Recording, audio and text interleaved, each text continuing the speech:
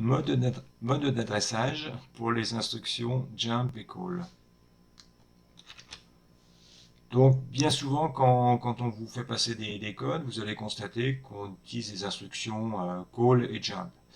Mais si vous êtes un peu curieux, vous allez pouvoir constater, en regardant dans votre table de code assembleur, qu'il n'y a pas d'instruction call, il n'y a pas d'instruction jump, il y a des instructions acall, long call, adjump, ljump, voire même aussi sjump.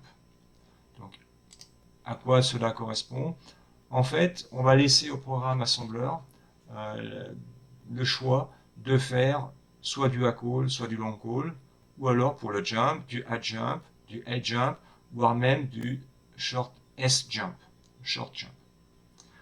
Donc le sjump, on va le laisser un peu de côté parce qu'il utilise un adressage relatif qu'on a déjà traité dans un chapitre précédent. Donc on va simplement s'intéresser à call, long call, à jump, long jump. Donc en quelque sorte, c'est un adressage qui ressemble un peu à l'adressage direct, puisque derrière ces instructions, on va faire apparaître une adresse. Donc là, on va faire un saut dans l'espace mémoire code. Donc on s'attend à avoir une adresse 16 bits. C'est effectivement le cas dans les instructions long call et long jump, où là, l'opérante est directement l'adresse 16 bits, l'endroit à laquelle on souhaite faire un saut dans l'espace mémoire code. Par contre, les acall, adjump utilisent un mode d'adressage un petit peu particulier, puisqu'en fait, on passe simplement un morceau d'adresse et on passe en fait 16 bits d'adresse, avec un découpage 3 plus 8. C'est-à-dire qu'une instruction acall va être encodée de cette manière-là, le code d'exécution proprement dit, plus l'opérande. Et dans cet opérande, on se retrouve avec 8 bits d'adresse, et dans le code d'exécution proprement dit, on va aussi placer 3 bits d'adresse. Donc quand on va calculer l'adresse de saut, on va prendre les 5 bits de poids fort du pointeur de code, on va mettre ces 3 bits qui vont constituer les 3 bits suivants, et ensuite on va terminer l'adresse par ces 8 bits là, ce qui fait qu'au total on aura bien une adresse sur 16 bits. Après, la limitation du ACALL, c'est que comme on passe une adresse que sur 11 bits, ça veut dire qu'on ne peut se déplacer qu'à l'intérieur d'un espace d'une zone de 2 kilooctets. Et cette zone de 2 kilooctets, parmi l'espace adressable de 64 kilooctets, et bien en fait, elle est positionnée en fonction des 5 bits de poids fort du PC. Donc on ne pourra pas aller partout. Donc si on a un saut à courte distance, on pourra sans doute se contenter du ACALL ou adjump. Par contre, si on a besoin de faire un saut où on va à l'autre bout de l'espace mémoire de l'espace mémoire code du microcontrôleur, là il faudra utiliser un long call ou un ljump. Donc ça, quand on fait de l'assembleur avec l'outil dont on dispose, on ne se pose pas la question, on fait jump ou call, et c'est le programme assembleur qui prend les décisions.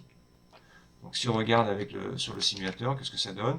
Donc j'ai vraiment créé un code complètement bidon, hein, il ne sert strictement à rien, simplement c'est pour voir comment il a assemblé tout ça.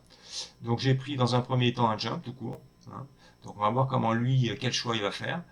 Et ensuite j'ai fait un adjump et un long jump et on va voir ce que ça donne au niveau du code machine. Donc actuellement il est prêt à exécuter cette ligne là. Et si on regarde, on va l'exécuter. Donc si on regarde au niveau du désassemblage, en fait quand moi j'ai écrit jump avec ce label ici, et le label il est juste à proximité, le programme assembleur, lui, il n'a même pas cherché à faire du adjump ou du long jump, il a fait un short jump, un adressage très court avec un adressage indirect. Donc si vous posez des questions sur pourquoi il y a un opérand ici 0,1, je vous laisse regarder la vidéo sur l'adressage relatif. Ensuite, par contre, là, moi, j'ai forcé l'assemblage à utiliser un adjump. Voilà, donc il est codé ici. Et on voit bien qu'effectivement, là, on a un code machine global qui fait 2 octets, le code exécution qui correspond au adjump qui est ici, et qui contient aussi 3 bits d'adresse, et ici les 8 bits d'adresse de poids faible. Donc on retrouve bien 8C, puisqu'on va faire un saut ici. Donc on pourrait s'amuser effectivement à extraire les 3 bits d'adresse ici, à les ajouter avec le pointeur de code, les 5 bits de poids fort qui sont égales à 0. Et comme on va en 008C, les 3 bits d'adresse, donc respectivement A10, A9, A8 sont à 0. Le pointeur de code est à 0. Donc on se retrouve bien avec l'adresse 008C. On va bien ici. Et pour terminer, le long jump qui est ici. Donc là, sans surprise, hein, il est codé, le code machine, c'est le code d'exécution qui correspond au long jump, et l'adresse 0090 qui est exprimée sur 2 octets sur 16 bits. On a à présent terminé les vidéos relatives aux différents modes d'adressage. Prochaine vidéo, on s'intéressera aux mécanismes mis en place lors d'un appel de sous-programme.